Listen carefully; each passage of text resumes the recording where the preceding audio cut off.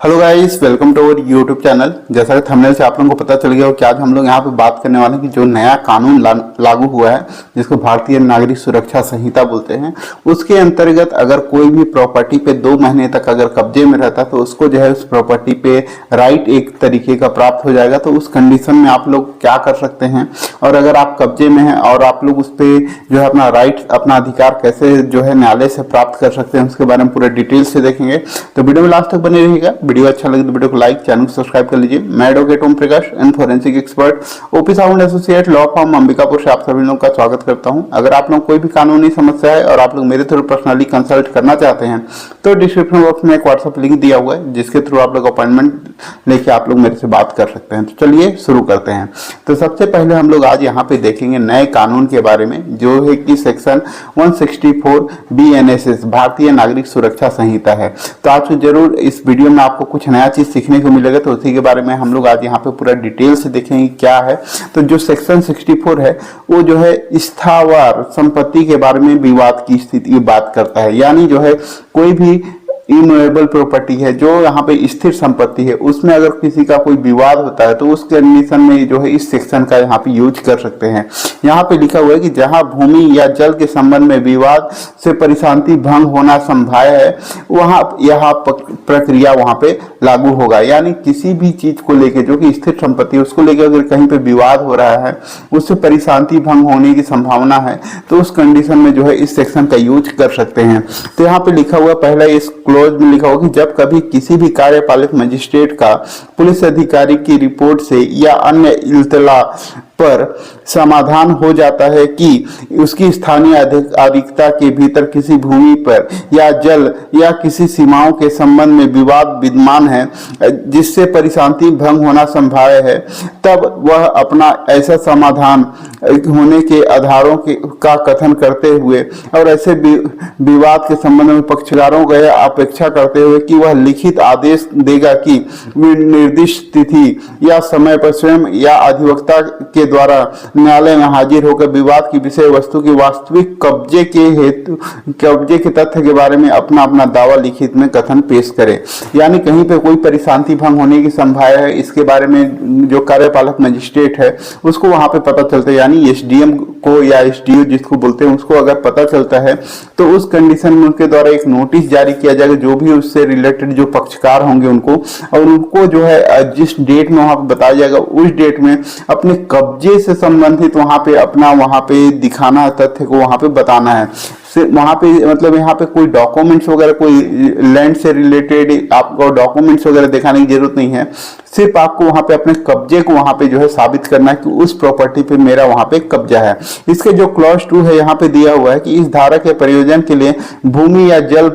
पथ के अंतर्गत इसमें भवन, बाजार, मीन क्षेत्र यानी मछली वाला जो क्षेत्र है वो, फसलें, भूमि, अन्य उपज जैसे कि भी संपत्ति के भाटक या लाभ भी हैं। तो इसमें से जो कुछ भी है, भवन हो, बाजार हो, ये सब में भी ये चीज जो सेक्शन है ये यहाँ पे लागू होगा। इसके क्लॉज 3 में दिया हुआ है कि इस आदेश की एक प्रति तामील की संहिता के संबंध तामील की उपबंधित रीति से व्यक्ति या व्यक्तियों को कराई जाएगी। यानी यहाँ पे जो है अगर सामने वाला कोई भी पार्टी है, अगर वो वहाँ पे कंप्लेंट कर रहा है कि वहाँ पे परिशांति भंग होने की संभावना है, उस भूमि में मेरा कब्जा है, उसमें जबरदस्ती उसके द्वारा वहाँ पे कब्जा किया जा रहा है, मेरे को वहाँ पर से हटाया जा रहा है, डिस्पोजेशन किया जा रहा है, तो उस कंडीशन में जो है उनके द्वारा एक यहाँ पे नोटिस जारी किया जाएगा न्यायालय के द्वारा सामने वाले पार्टी को कि आप अपना उस डेट तक अपने कब्जे के बारे में या जो उसमें फैक्ट है उसके तथ्य के बारे में आप यहाँ पे आके अवगत कराएं। अब यहाँ पे बताया गया है कि मजिस्ट्रेट जब विवाद की विषय वस्तु पक्षकारों में से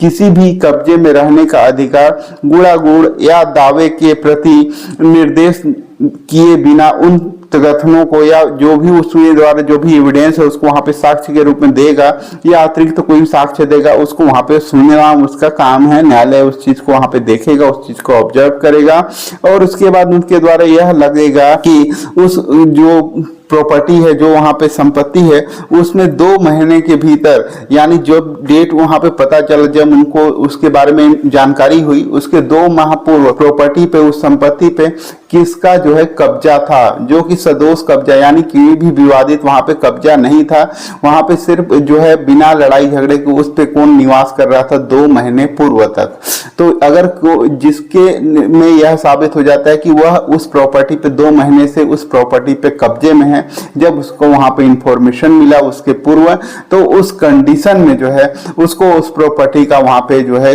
राइट उसको वहां पे प्राप्त होगा और उसको वहां पे जो है उसके फेवर में वहां पे स्टे दे दिया जाएगा। और अगर यहाँ पे कोई भी जानकारी होने के बाद अगर कोई उस प्रॉपर्टी से जो है बेकब्जा कर दिया जाता है, उसको वहां से हटा दिया जाता है, तब भी प्रॉपर्टी में जो न्यायालय है उस चीज को यहाँ पे देखेगा। और अगर उसको वहां पे हटा दिया जाता है 2 महीने के जब उसको जानकारी हुआ उसके बाद, तो उस कंडीशन में भी उसके फेवर में ही वहां पे जो है आदेश किया जाएगा और उसको वहां पे उस प्रॉपर्टी पे कब्जा में रहने के लिए आदेश करेगा। तो इस तरीके का मेन चीज यहाँ पे है इस सेक्शन में कि अगर कोई भी प्रॉपर्टी में 2 महीने तक कंटिन्यूअस अगर कब्जा में रह रहे हैं और उस चीज को वहां पे न्यायालय में प्रूव कर पा रहे हैं, तो उस कंडीशन में इस सेक्शन 164B NSS के थ्रू आप लोग वहां पे उस प्रॉपर्टी पे जो रियल ऑनर है, जिसके पास पूरे डॉक्यूमेंट्स हैं, उसके अगेंस्ट में भी आप लोग वहां पे स्टे प्राप्त कर सकते हैं। तो आई थिंक आप लोगों को ये चीज यहाँ पे क्लियर हो गया होगा। और बाकी आगे चल के अगर आप वहां पे जो है इस कंडीशन में अगर कोई आपके प्रॉपर्टी पे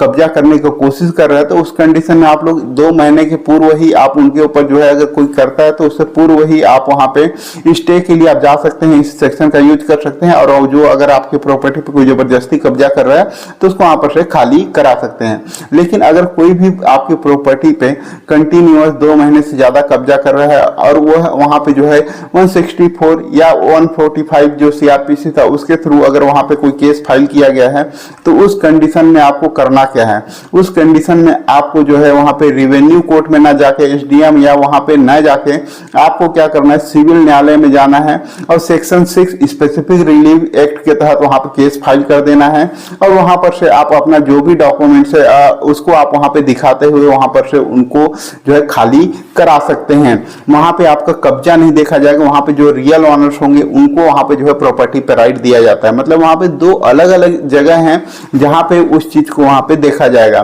क्योंकि जो रिवेन्यू के जो मजिस्ट्रेट होते हैं, जो SDM हो या कलेक्टर हो या तहसीलदार हो, उनको जो है प्रॉपर्टी को चेक करने का वहां पे उनको राइट नहीं है। वो वहां पे जो है सिर्फ परिशांति भंग होने की स्थिति में उनके द्वारा वहां पे स्टे दिया जाता है। लेकिन जो न्यायालय है वहां पे पूरे डॉक्यूमेंट्स को जो रियल ऑनर है उसको वहां पे देखा जाता है, वेरीफाई किया जाता है। उसके बाद जो है सही जो उसके रियल ऑनर्स होते हैं जिनको वहां पे प्रॉपर्टी पे राइट होता है, उसके फेवर में वहां पे जो है आदेश किया जाता है, उसको वहां पे जो है स्टे दिया जाता है। तो अगर आपके प्रॉपर्टी में कोई यहाँ पे जबरदस्ती अगर कोई कब्जा कर लिया 2 महीने 6 महीने से भी ज्यादा हो गया, तो आप स्पेसिफिक रिलीफ एक्ट के सेक्शन 34 सेल्फ डिक्लेरेशन का वहां पे केस फाइल कर सकते हैं और परमानेंट इंजंक्शन की मांग कर सकते हैं। साथ ही अगर आप स्टार्टिंग में टेम्परेरी इंजंक्शन की मांग कर सकते हैं कि जब तक आपका जो न्यायालय में केस चल रहा है उस टाइम तक आप वहां पे टेम्परेरी इंजंक्शन आप वहां पे दे सकते हैं। तो इसके लिए आप लोग वहां पर से न्यायालय में केस फाइल कर सकते हैं। तो आप लोगों को आई थिंक ये चीज यहाँ पे क्लियर हो गया होगा